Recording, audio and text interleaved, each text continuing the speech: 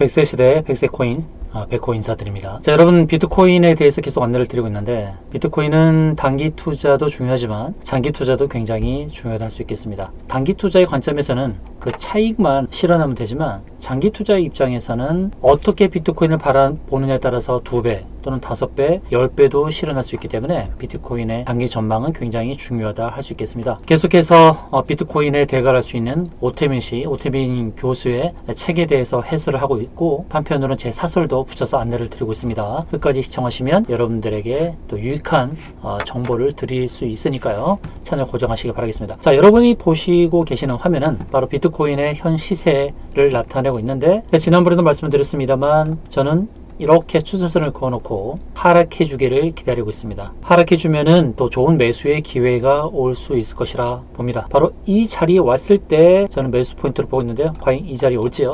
계속해서 비트코인의 시세를 관찰하면서 여러분께 안내를 드리도록 하겠습니다. 자, 비트코인 그리고 달러의 지정학 세 번째 시간입니다. 첫 번째 시간 지정학에 대해서 안내를 드렸고, 지정학의 정의, 지정학이 얼마나 중요한 것인지, 달러와의 관계, 비트코인과의 관계 안내를 드렸고, 그 다음 시간에는 불가피한 전쟁의 상황 속에서 비트코인이 과연 살아남을 것인가, 최근에 우크라이나 전쟁과 관련하여서 비트코인이 어떤 역할을 했는지에 대해서 안내를 드렸었죠. 자, 지정학적 위기가 대두될수록 전쟁은 불가피해지고, 또 전쟁 상황 속에서 우리의 현금은 무가치하게 될 텐데, 그럴 때에 암호화폐는 어떤 역할을 하게 될까요? 우리가 갖고 있는 현금이 무가치하고 은행 시스템을 활용하지 못할 때에 우리는 어떤 조치를 해야 되겠습니까?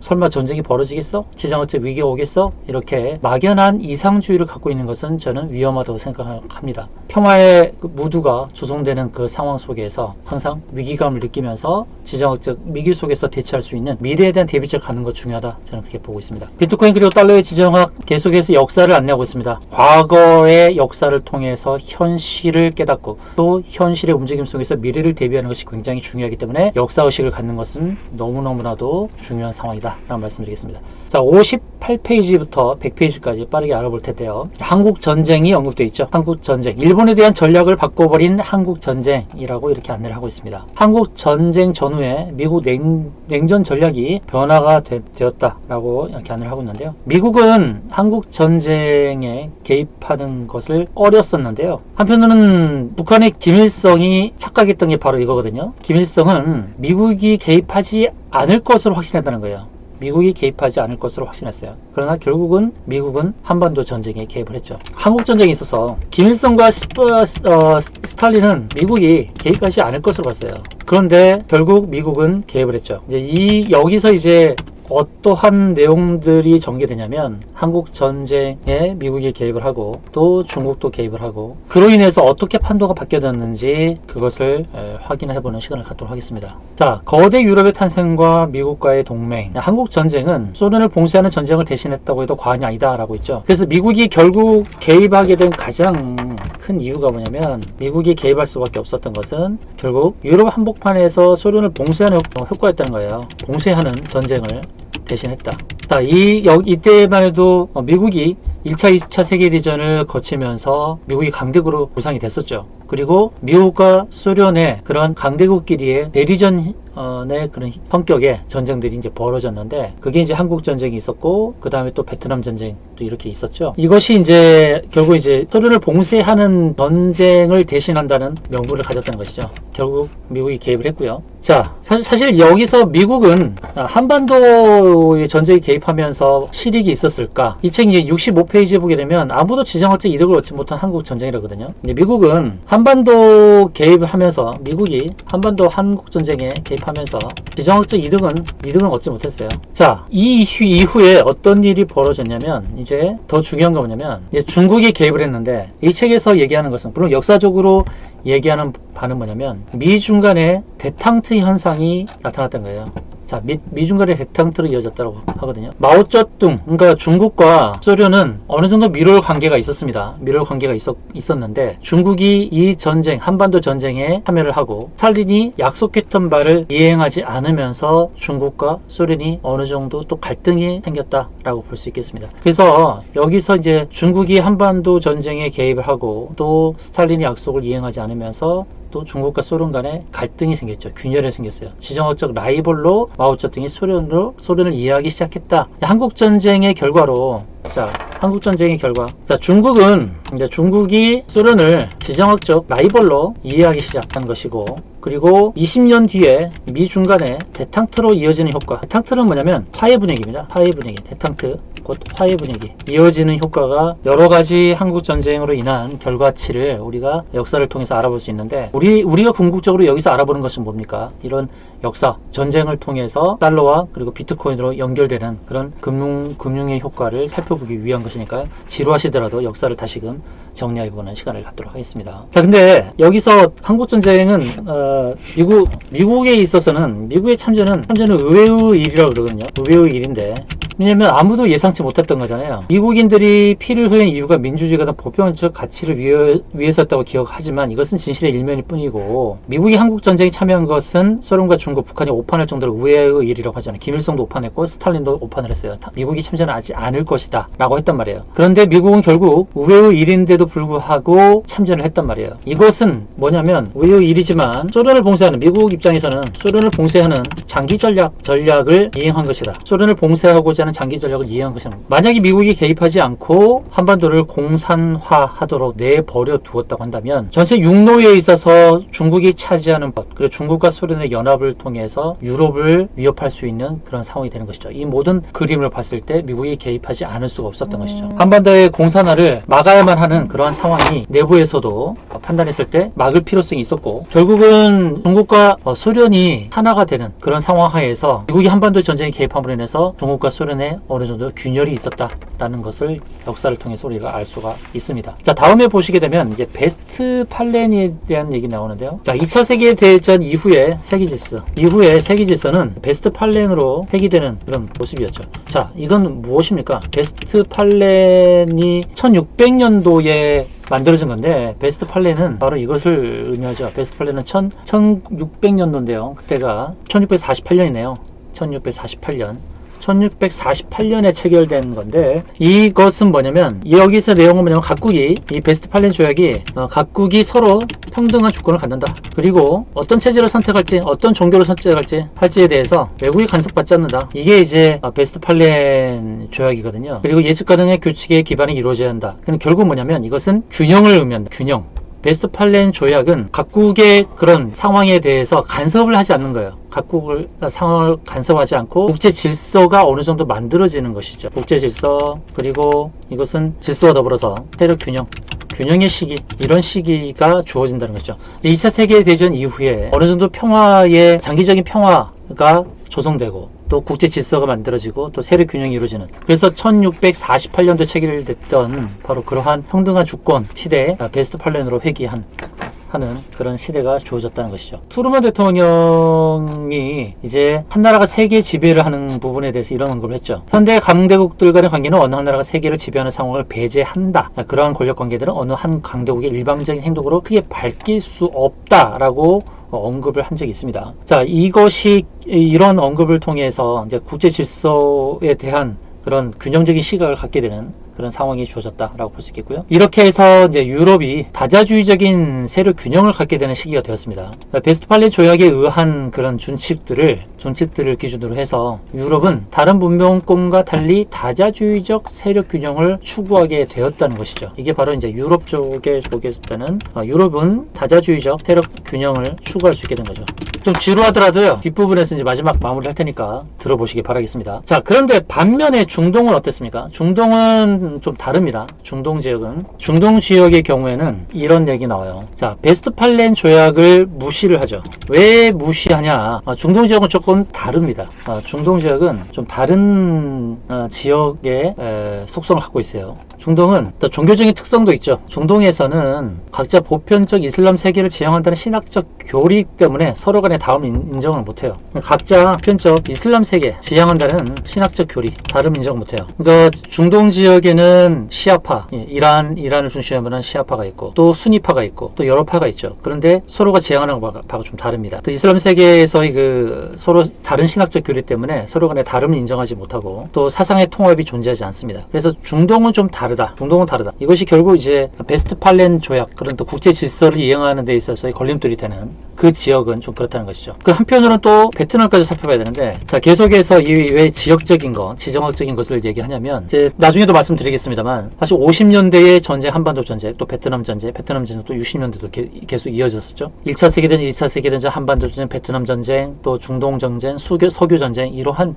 전쟁들이 계속해서 나타났었는데요. 최근에 우크라이나 전쟁은 국제적으로 발생했고요. 그런데 지금 장기적인 평화로운 시대가 이어지고 있는데요. 이상주의자들은 이 평화적인 세계 질서가 유지될 것이라 보지만 현실은 그렇지 않다는 겁니다. 현실은 그렇잖아요. 이런 상황 속에서 비트코인이 싹을 틔우기 시작했고, 또 암호화폐가 또 금융권이 이제 자리매김을 하면서 앞으로의 시대 가운데서 어떻게 될 것이냐는 겁니다. 달러 기축통화를 믿고 가야 될 것이냐, 전 세계를 통합하는 어떤 기축통화로서 가치를 부여할 만한 것들이 나타나고 무수하게 시도를 했지만 그렇게 자리매김하지 못했어요. 그런데 탈중앙화인 이 비트코인이 그 틈새를 파고들기 시작했습니다. 제가 이제 계속해서 역사를 말씀드리고 있는 것은 어떻게 보면 이 평화적인 그런 분위기, 장기적인 평화적인 분위기가 달라질 수 있는 시대적 상황이 도래했기 때문에, 그래서 좀 역사를 강조하는 겁니다. 그래서 베트남에 대해서도 이제 안대를 들 텐데, 베트남 전쟁은 역사적으로 이 책에서도 언급을 하고 있지만 지정학적 특성을 몰라서 실패한 전쟁이에요. 베트남 전쟁은 한국 전쟁의 교훈을 잘못 적용했죠.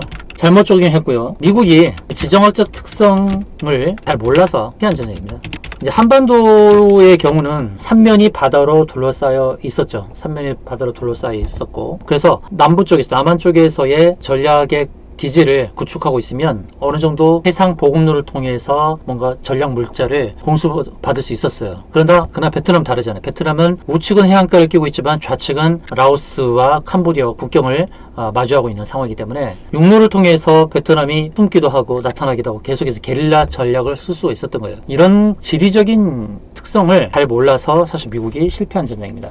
이걸 이제 호치민 루트라고도 하는, 그런 호치민 루트는 검색해 보시면 아실 거예요. 호치민 루트를 이해 못했어요. 호치민 루트를 통해서 계속해서 베트남은 게릴라 전략을 쓸 수가 있었던 것이죠. 그리고 그러니까 결국 이게 서쪽 국경선을 봉쇄에 실패했던 거예요. 그러면서 결국은 1975년에 미국이 이제 남베트남 원조 중단을 하면서 결국 베트남은 공산화되고 맙니다. 북베트남이 결국 남베트남까지 다 먹어버리는 이런 상황이 됐죠. 남베트남의 정복을 북베트남에 할 수 있었던 그런 배경, 결국은 베트남 전쟁을 통해서 미국이 실익을 얻을 수 없었던 것이고, 또 남베트남의 대리 통치를 했던 그 세력, 또 종교 간의 갈등도 있었습니다. 카톨릭을 믿었던 그 통치자가 불교를 탄압을 했죠. 종교적인 탄압을 했고, 또 기본적으로 베스트팔렌 조약을 이행하지 않았던 부분도 있고, 또 국제 질서에서 바라는 그런 바를 충실하게 이행하지 못한 것도 있습니다. 그러니까 미국이 원하는 바대로 통치가 이루어지지 않았던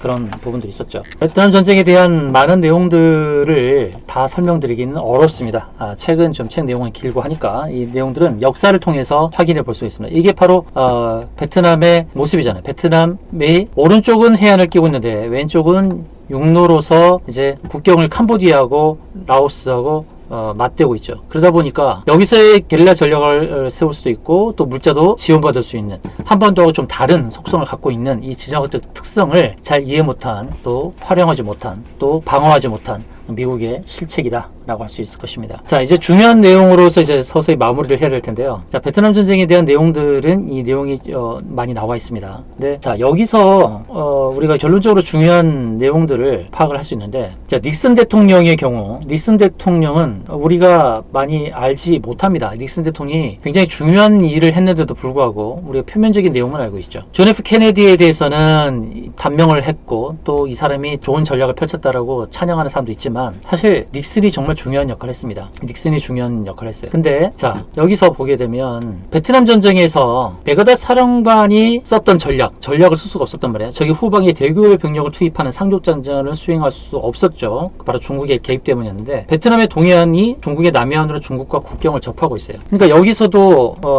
베트남 전쟁은요, 한국 전쟁의 그런 우려감, 한국 전쟁의 우려감이 작용한 부분도 있습니다. 뭐냐면 남쪽에다가 게다가 중국의 남해안이 베트남의 동해안과 국경을 접하고 있기 때문에 이 부분을 우려해서 대규모 병력을 투입을 못했어요. 중국의 개입 우려했던 것이죠. 중국의 개입을 우려했기 때문에 한국 전쟁처럼 대규모 병력을 투입하는 상륙작전을 이행할 수 없었어요. 그래서 과거의 그런 패턴, 과거의 전쟁들이 어떤 판단을 내릴 때에 근거가 되잖아요. 그래서 말씀드리고 싶은 것은 우리 과거의 역사를 잘 알아야 된다는 거예요. 역사를 알아서 현실에 대해서 냉정하게 대응할 수 있는 것입니다. 모든 역사가 반복되고 있고 그 역사를 통해서 판단들의 기준이 되고 있다는 것이죠. 자, 여기서 굉장히 중요한 내용이 나옵니다. 94페이지인데요. 냉정한 현실주의에 기반하되 미래에 대해서도 전략적으로 고려하는 결정적 성취를 통해서만 미군이 베트남에서 철수할 수 있다는 것을 니슨 대통령은 잘 알고 있었다. 이거 굉장히 저는 중요하다라고 말씀드리는데요. 자, 냉정한 현실주의에 기반하되 미래에 대해서도 전략적으로 고려하는 결정적 성취.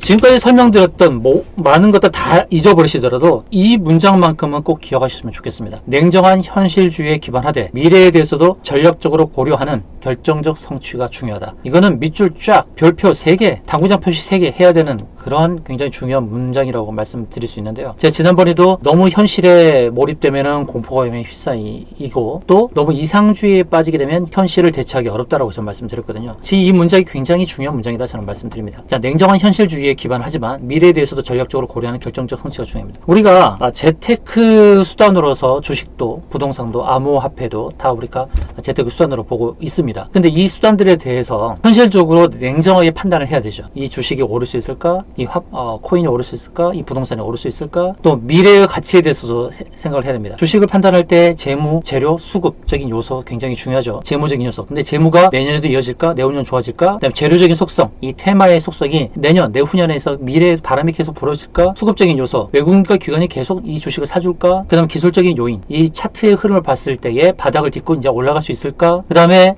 스케줄, 일정에 있어서 내년이나 내후년에서 매출이 오를 수 있는 그러한 내용들이 주어질까? 이런 재무, 재료, 수급, 기술적 기반, 그 다음에 스케줄, 이런 것들을 다 체크해야 되지 않습니까? 암호화폐에 대해서도 현실적인 판단도 중요하지만 미래의 가치도 굉장히 중요하죠. 지금 암호화폐, 이 비트코인을 중심으로 하는 암호화폐에 대해서 계속 제가 말씀드리겠습니다만, 암호화폐에서도 뜨는 게 있고 또 지는 게 있습니다. 그래서 이 화폐 시장에서 미래 가치를 기반으로 한 화폐에 대한 속성도 잘 이해해야 되지만, 가장 중요한 것은 이 전체 화폐에서 가장 리더격인 비트코인이 어떤 역할을 할 것인가 굉장히 중요합니다. 지난번에 이제 우크라이나 전쟁을 통해서 말씀드렸듯이 전쟁으로 금융 시스템이 무너진 상황 속에서 우크라이나가 비트코인 암호화폐의 기부를 받았습니다. 기부를 받아서 그것을 가지고 방탄복도 사고 헬멧도 사고 그랬던 것이죠. 군수물자도 사고 했던 거예요. 그래서 전쟁 때에 오히려 이 암호화폐가 급부상되었던 것입니다. 국경에 제한도 없고 또 금융 시스템을 이용할 필요도 없고 또 세금으로부터 어느 정도 자유로운 100% 자유로운 것은 아니지만 부분적으로 자유로운 부분도 있고 또 사용하기가 수월합니다. 환전을 해야 되는 그런 어려움 이런 것도 없습니다. 더 깊이 있게 우리가 봐야 되겠지만 이 지정학적인 리스크, 그 다음에 전쟁의 과거 역사를 통해서 봤을 때에 자, 냉정한 현실주의는 뭡니까? 장기적인 평화적인 상황이 이제 끝나간다는 겁니다. 끝나간다. 제가 중동도 얘기했고 또 과거 역사도 얘기했지만 이 전쟁의 상황들은 계속해서 주어질 수 있는 그런 흐름이다 라는 말씀을 드리는 거예요. 100페이지까지 다 짧은 시간에 다 설명드리기는 어렵다라고 할 수 있는데, 과거의 역사를 통해서 우리는 이 전쟁의 역사들을 통해서 앞으로 어떠한 일이 펼쳐질지 미래를 생각해 볼 수 있는데, 앞으로 제가 종종 사설에 대해서 말씀드리겠습니다. 우리가 중동의 위기에 대해서도 잘 모르는데요. 중동에서 벌어지는 상황에 대해서도 제가 말씀을 드릴 거고요. 특히 중동의 이슬람권에서 벌어지는 세력 간의 갈등들, 그리고 이란이 부상되고 있는 것, 그 다음에 터키와 러시아의 밀월 관계가 조성될 수 있는 이런 분위기에 대해서도 우리가 살펴봐야 될 것이고, 그리고 중국이 대만을 침공할 수도 있는 가능성이 굉장히 높아지고 있습니다. 중국이 대만을 침공하는 가능성, 물론 워게임의 그 시나리오를 통해서는 중국이 대만을 침공했을 때 실패할 가능성이 높은 것으로 결론 지어지고 있지만, 그러나 중국은 호시탐탐 대만을 노리는 시도를 멈추지 않을 것입니다. 왜냐하면 대만을 확보해야만 해상으로서의 진출을 꾀할 수 있기 때문에 때문이죠. 지금은 육로를 확보해서 육로 쪽으로 진출할 수 있고 또 1대1로를 건설하고자 하는 그런 야획도 있는데 대만을 확보하지 않으면 해상으로서의 진출이 어렵죠. 그리고 전 세계적으로 글로벌 환경 속에서 함대를 제일 많이 확보할 수 있는 나라가 중국입니다. 현재는 미국이 가장 강한 강대국이라 하지만 앞으로 5년 10년만 지나면 함대 보유 숫자에 있어서도 미국을 중국이 추월하게 될 것입니다. 앞으로 이런 내용들을 차근 다뤄보겠습니다. 여러분, 장기적인 화해의 분위기가 오랜 시간 조성되어 왔습니다. 그리고 이 국제 질서를 유지해왔던 그런 분위기, 또 미국이 주도했던 분위기, 달러를 기축통화로 했던 그런 움직임들, 이런 움직임에서 뭔가 균열이 일어나고 있습니다. 언제까지 달러가 기축통화로서의 역할을 계속 감당하게 될까요? 자, 미국도 위기감을 느끼고 있는 시기, 또 전쟁이 또 벌어질 수도 있는 상황. 우리나라도 지금 53년 휴전 이후에 70년의 평화로운 시대를 보내왔습니다. 자, 한반도가 다시금 위기에 처할지 또 안 그럴지, 또는 우크라이나 전쟁이 확전이 될지 안 될지, 또 중국이 대만을 침공하게 될지 침공하지 않게 될지, 또 중동에서의 전쟁이 벌어지게 될지 벌어지지 않게 될지, 이런 모든 부분들이 궁금하실 텐데, 우리가 과거의 역사를 통해서 미래의 흐름도 살펴보고, 또 한편으로는 이런 상황 속에서 비트코인이 어떻게 자리매김하게 될지, 그런 내용들을 더 심도 있게 다뤄보는 시간들을 갖도록 하겠습니다. 다음 시간에 뵙도록 하겠습니다. 이상 시청해주시면 감사하고요. 좋아요, 구독 눌러주시면 고맙겠습니다.